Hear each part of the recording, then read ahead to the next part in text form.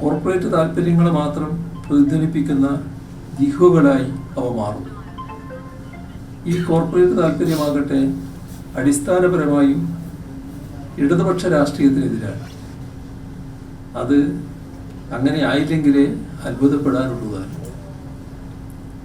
ഇടതുപക്ഷ വിരുദ്ധ വാർത്തകളിൽ അവയ്ക്ക് സവിശേഷ താല്പര്യമുണ്ടാകും. ആ താല്പര്യങ്ങൾക്കാവും മുൻകൈ. ഇതറിയാവുന്നതുകൊണ്ടാണ് ഉപദേശിച്ച് നന്നാക്കാൻ കഴിയില്ല എന്ന് തുടക്കത്തിൽ തന്നെ പറഞ്ഞത്. എന്നാൽ നേരത്തെ പറഞ്ഞ പരിമിതികൾക്കുള്ളിൽ നിൽക്കുമ്പോൾ പോലും മാധ്യമങ്ങൾക്കും മാധ്യമപ്രവർത്തകർക്കും ചില കാര്യങ്ങളിൽ ജാഗ്രത പാലിക്കാൻ കഴിയും.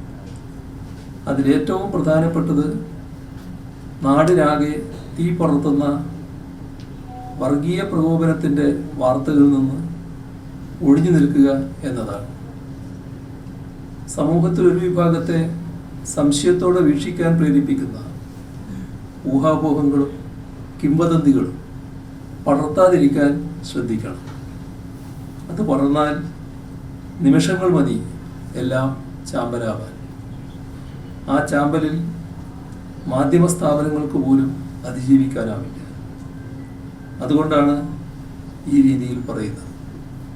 അത്തരം വാർത്തകൾ ഉണ്ടായാൽ നാടിൻ്റെയും ജനങ്ങളുടെയും നിലനിൽപ്പ് തന്നെ അപകടത്തിലാവും.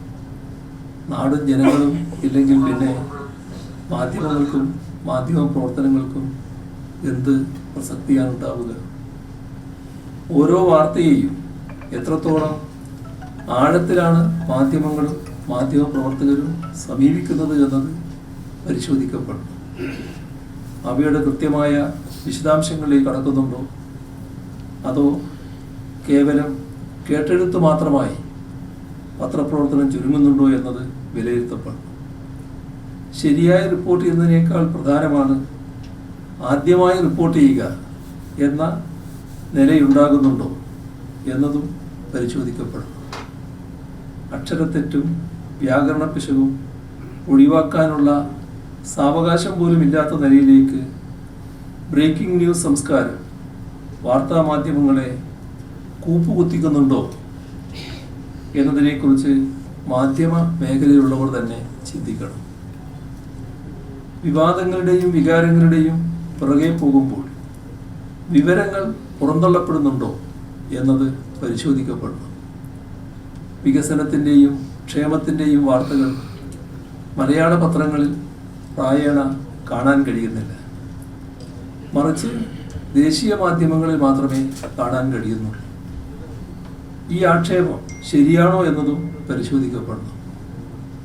മഹാമാരിയിൽപ്പെട്ട് ജനങ്ങൾ ഉഴലുന്ന കാലത്ത് പോലും പ്രതീക്ഷ നൽകുന്ന വാർത്തകളേക്കാൾ സ്തോഭജനകമായ വാർത്തകൾക്കാണോ മുൻഗണന നൽകപ്പെട്ടിട്ടുള്ളത് എന്നതും പരിശോധിക്കപ്പെടണം.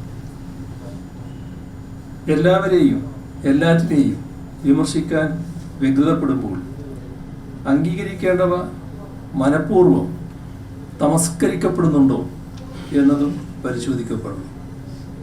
തങ്ങൾ വിമർശനാതീതരാണ് എന്ന ചിന്ത മാധ്യമപ്രവർത്തകർക്കിടയിൽ വളരുന്നുണ്ടോ എന്നത് വിലയിരുത്തപ്പെടണം. എന്നാൽ വിമർശനത്തിന് ഇറങ്ങി പുറപ്പെടുന്നവർക്ക് തങ്ങളുടെ ന്യൂനതകളും തെറ്റുകളും ചൂണ്ടിക്കാട്ടുമ്പോൾ അവയെ ക്രിയാത്മകമായി ഉൾക്കൊള്ളാൻ കഴിയുന്നുണ്ടോ എന്നതും പരിശോധിക്കണം. വിമർശനങ്ങളെ വേട്ടയാടലുകളായി ചിത്രീകരിക്കാനുള്ള വ്യഗ്രത ഉണ്ടാകുന്നുണ്ടോ എന്നതും പരിശോധിക്കപ്പെടുന്നു. അതേസമയം യഥാർത്ഥ വേട്ടയാടലുകൾ കാണാതെ ഇരിക്കുന്ന തരത്തിൽ തിമിരം ബാധിച്ചിട്ടുണ്ടോ എന്നതും പരിശോധിക്കപ്പെടും. ആരെ വിമർശിച്ചാലും തങ്ങൾ വിമർശിക്കപ്പെടുന്നില്ല എന്നും ആരെ വേട്ടയാടിയാലും തങ്ങൾ വേട്ടയാടപ്പെടുന്നില്ല എന്നും ആർക്കെന്തു പറ്റിയാലും തങ്ങൾക്കൊന്നും പറ്റുന്നില്ല എന്നും ഉറപ്പുവരുത്തുന്ന സങ്കുചിതമായ നിലയിലേക്ക് മാധ്യമപ്രവർത്തനം പരിണമിക്കുന്നുണ്ടോ എന്നതും പരിശോധിക്കപ്പെടണം. അഭിപ്രായ സ്വാതന്ത്ര്യം എല്ലാവർക്കും ഉണ്ട് എന്ന് അംഗീകരിക്കുകയും ആരുടെ അഭിപ്രായ സ്വാതന്ത്ര്യം ഹനിക്കപ്പെട്ടാലും അത് സ്വന്തം അഭിപ്രായ സ്വാതന്ത്ര്യം ഹനിക്കപ്പെടുന്നതിന് തുല്യമാണെന്ന് കരുതുകയും അഭിപ്രായ സ്വാതന്ത്ര്യത്തിൻ്റെ പേരിൽ വ്യക്തി സ്വാതന്ത്ര്യത്തിന്മേൽ കൈകടത്തുന്നില്ല എന്ന് ഉറപ്പുവരുത്തുകയും ചെയ്യുന്നതാണ് നീതിയുക്തമായ മാധ്യമ പ്രവർത്തനം എന്ന ബോധ്യമാണ് നമ്മെ നയിക്കേണ്ടത്. ഡൽഹിയിൽ പ്രവർത്തിക്കുന്ന മലയാളികളായ മാധ്യമ പ്രവർത്തകരാണ് നിങ്ങൾ. കേരളത്തിൻ്റെ ആവശ്യങ്ങൾ തുടർച്ചയായി അവഗണിക്കപ്പെടുന്നത് നാം കണ്ടുകൊണ്ടിരിക്കുകയാണ്. ഫിനാൻസ് കമ്മീഷനുകൾ അനുവദിക്കുന്ന വിധത്തിലായാലും കേന്ദ്ര ബജറ്റിലായാലും ധനമന്ത്രാലയത്തിൻ്റെ തീരുമാനങ്ങളിലായാലും ഒക്കെ സംസ്ഥാനത്തിൻ്റെ താല്പര്യങ്ങൾക്ക് വിരുദ്ധമായ സമീപനം ഉണ്ടാവുകയാണ്. ഒരു വശത്ത് നമ്മുടെ നേട്ടങ്ങളുടെ പേരിൽ നമുക്ക് അർഹതപ്പെട്ട വിഹിതം നിഷേധിക്കപ്പെടുന്നു. മറുവശത്ത് ദുരന്തങ്ങളുടെ പശ്ചാത്തലത്തിൽ പോലും നമുക്ക് പ്രത്യേക സഹായം നിഷേധിക്കപ്പെടുന്നു. ഈ ഒരു പശ്ചാത്തലത്തിൽ ഇവിടെയുള്ള മലയാള മാധ്യമ പ്രവർത്തകർ കേരളത്തിൻ്റെ താല്പര്യങ്ങൾ ഡൽഹിയിൽ പ്രതിഫലിപ്പിക്കുന്നവരായി തീരേണ്ടതുണ്ട്. നാടിനോടും നാട്ടുകാരോടും നിങ്ങൾക്കുള്ള പ്രതിബദ്ധത പ്രകടിപ്പിക്കാനുള്ള അവസരമായി ഇതിനെ കാണുന്നു.